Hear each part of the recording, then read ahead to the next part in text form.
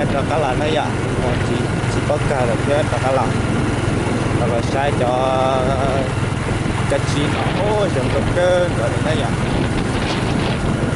cái chi chẳng có sợ tàu chẳng có cân rồi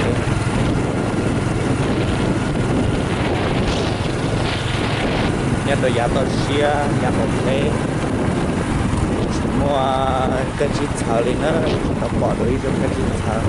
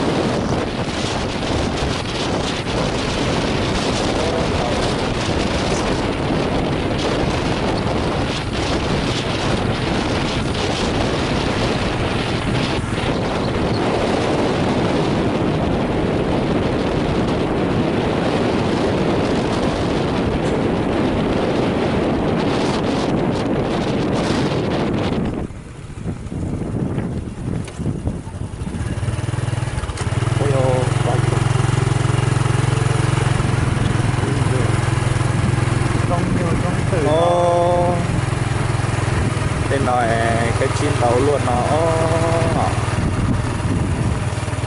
thì mình nhiều tự nó đầu tiên tới chờ nó là cứ chống cơn gọi đi chơi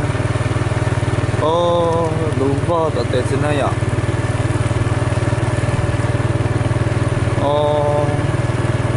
đây giờ là mình mua số cho tới nhiều tự thôi nữa cái gì jadi depo benci sekolah. Oh, kecil. Kalau dia yang mau cerita soalnya ya. Oh, ya dia yang dia hon se, yang kita di kilo. Se, nó chơi chế một say, kecil sebab. Cho một tơi vô cho mình thôi cho cái chi nào nữa đầu tiên kia đi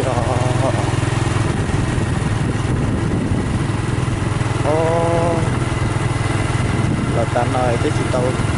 đời chứ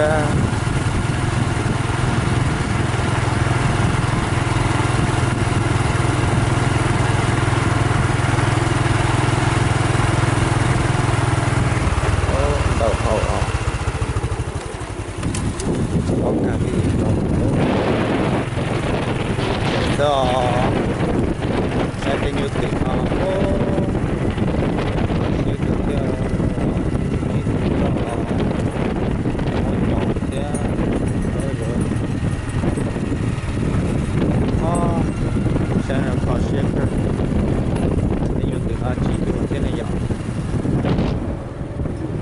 saya niku jangan jali cho tới chờ rong một rau thép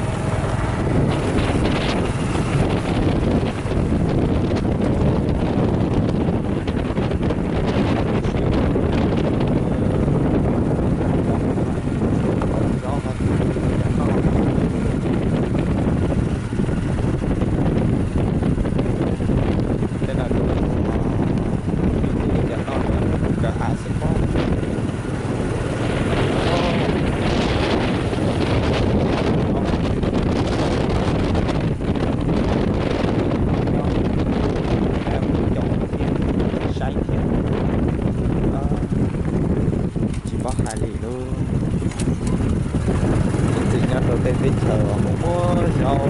từ nó mà chỉ là phải chọn tới sai biệt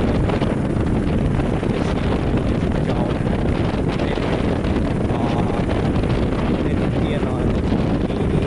nó giờ chọn chọn thì cái này và của nhau đâu như thế cái chúng ta hiểu rồi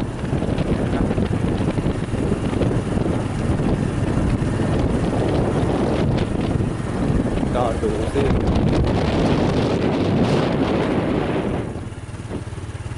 và là sẽ sáng như phải tự để nó là tự sử dụng mua ý tụi rau rồi tự nhiều tự nó nè ha cái rau này dia bỏ ra sư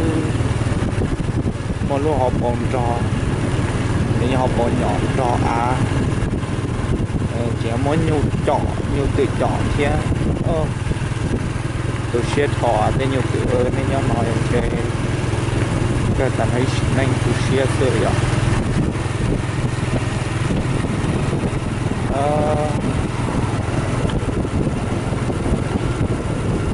sẽ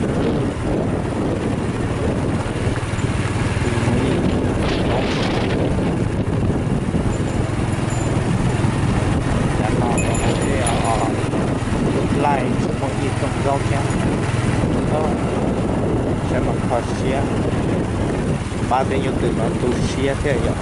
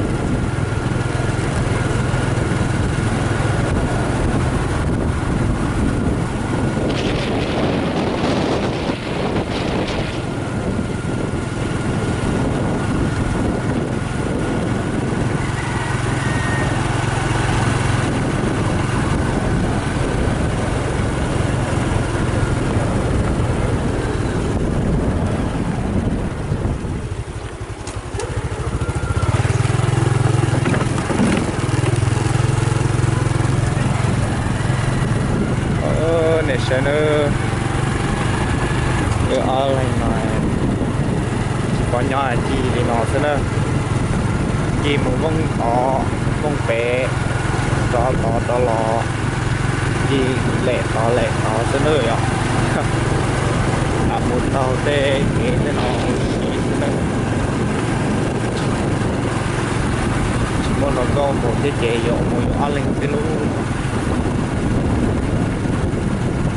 nhỏ thì còn xịt cơ rồi thì nữa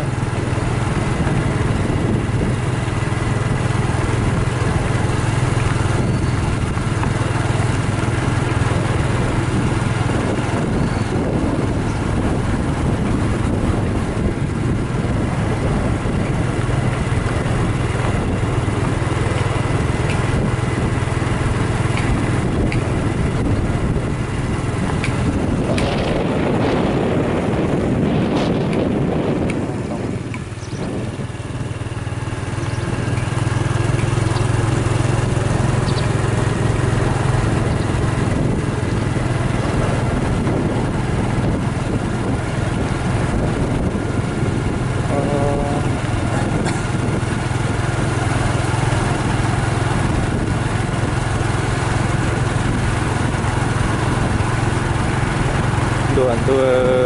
chạy kéo từ mỗi lúa đi theo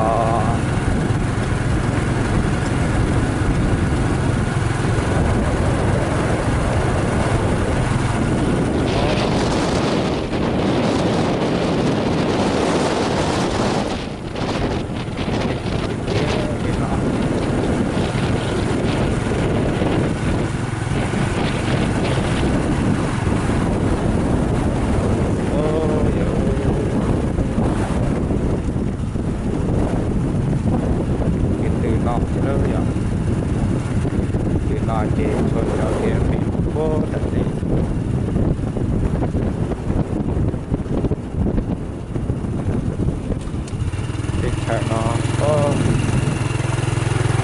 xe nó nhắc khó xuyên tương cầu kia cho ta là một sự lựa chọn ô